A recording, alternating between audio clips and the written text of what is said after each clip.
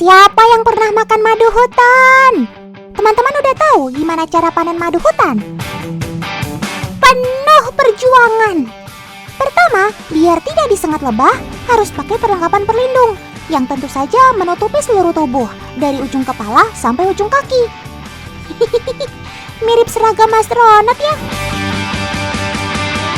Yang kedua, harus panjat pohon sialang setinggi lebih dari 20 meter.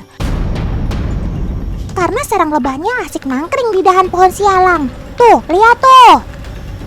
Ayo paman, semangat. Satu pohon sialang ini bisa hidup 30-100 koloni lebah loh teman. Jadi kebayangkan banyaknya lebah yang ngerubutin si paman. Duh, ngeri. Begini susahnya panen madu di alam.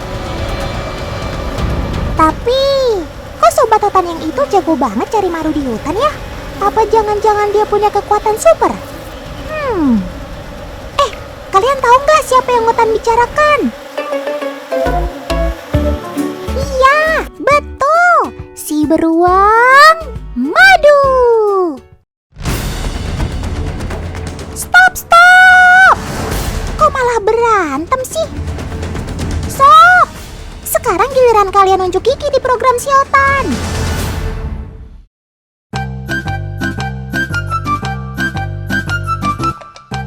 Namanya memang beruang madu, tapi bukan berarti ia makan madu saja loh teman.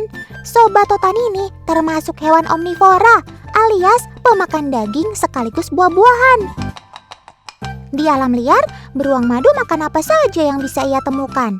Makanan favoritnya antara lain buah-buahan, serangga, juga ikan atau daging hewan lainnya, dan tentu saja madu.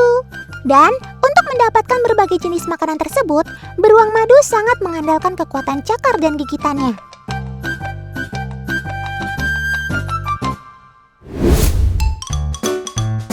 Wah, ada yang pamer keahliannya nih.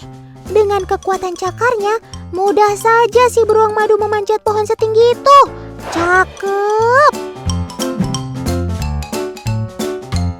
Di alamnya, beruang madu bahkan bisa memanjat pohon atau tebing setinggi puluhan meter teman. Apalagi kalau bukan untuk bisa makan madu yang lezat.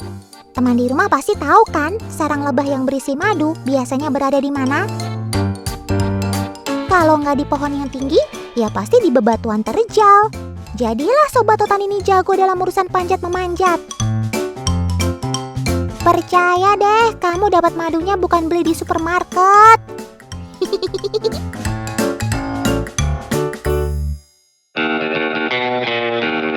By the way, anyway, Baswe, sobat hutan ini masih punya kemampuan menakjubkan lainnya loh, yakni di indera penciumannya.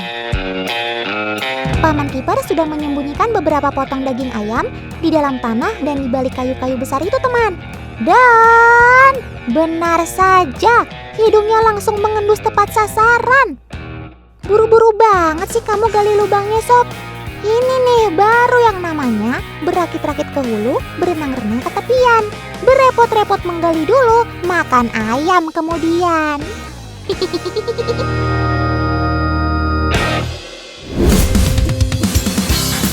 Tahu nggak, sobat hutan beruang madu ternyata jadi maskot salah satu kota besar di Indonesia. Betul banget, Kota Balikpapan, Kalimantan Timur. Beberapa tahun lalu, Otan bahkan sempat mengunjungi 50 beruang yang sedang dalam perawatan di Samboja Lestari, sebuah pusat rehabilitasi hewan di Kabupaten Kutai Kertanegara, Kalimantan Timur. Ya, terus. Ini bukan lagi parkir mobil kok. Ini adalah cara memanggil beruang madu, teman. Pluit jadi tanda waktunya beruang madu makan. Beruang aja antri, masa kalian gak mau antri? Cara memberi makan yang unik ini bertujuan agar beruang madu tidak merasa bosan teman. Kreativitas dan insting mereka mencari makanan harus terus dilatih, jangan sampai hilang. Selain itu, makanan disebar agar mereka tidak berkelahi. Karena beruang adalah hewan soliter alias penyendiri. Yap, beruang gak bisa tuh nongkrong main bareng, bawaannya pasti pengen berkelahi. Meski masih kecil seperti dua beruang coklat ini. Kalau diperhatikan, Sobat Totan ini kayak boneka ya. Gemesin. Sebentar. Bukannya pembikin boneka yang terinspirasi oleh kamu ya, Sob? Itu loh, Nenek Margaret Staff dari Jerman yang terinspirasi oleh Sobat Totan ini. Dan akhirnya jadilah boneka beruang yang terkenal seantero dunia, Teddy Bear. Boneka Teddy Bear yang ini harganya 800 juta rupiah. Karena matanya terbuat dari batu safir dan berlian. Dijahitnya pun memakai benang emas. Eits, tapi yang harganya cocok dengan kantong kita juga banyak kok. Boneka beruang ini terbuat dari bulu mohair atau bulu kambing Anggora dan bulu alpaka. Keduanya terkenal lembut dengan warna yang tidak mudah pudar. Perusahaan Staff membuat setiap bonekanya secara handmade atau buatan tangan, supaya kualitas bonekanya selalu terjaga baik. Untuk bagian mata, selain dari batu safir dan berlian yang mahal, ada juga kok yang terbuat dari bahan ramah kantong seperti dari bahan gelas ataupun kayu. Nah, untuk isian bonekanya dipilih bahan polyester.